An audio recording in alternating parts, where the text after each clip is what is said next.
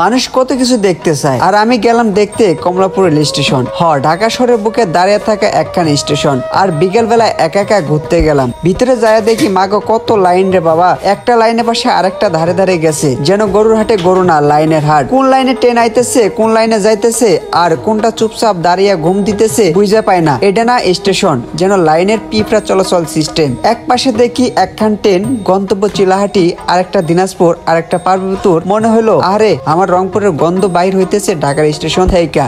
স্টেশনের কোনায় দাঁড়িয়ে একটু ভাবতেছিলাম, এই শহরে ভিড় আছে, শব্দ আছে, হইচই আছে, কিন্তু কারো মনে কোনো শান্তি নাই। এই স্টেশনের মতো হাজারো গন্তব্য, কিন্তু কেউ কোথাও থামে না। এক ট্রেন থামে আরেক ট্রেন যায়, ঠিক যেমন মানুষ, কেউ আসে কেউ যায়। আর আমি দাঁড়াইয়া দেখি আর ভাবি, লাইনের ভিতরই তো আসল জীবন বইটা লেখা হইতেছে। তাই ভাই বোনেরা যদি ঢাকায় যান, কমলাপুরে ঢুমাতে ভুলবেন না, আর লাইনের গেরাকলে পড়লে দোষ দিবেন না, কারণ এই লাইনে তো জীবনও একটাই। এই আসলে আজকের ঘুরে দেখার কাহিনী। দেখা হইব পরে ভিডিওতে। সবাই ভালো থাকবেন, সুস্থ থাকবেন, আর আমার পেজের সঙ্গে যুক্ত থাকবেন।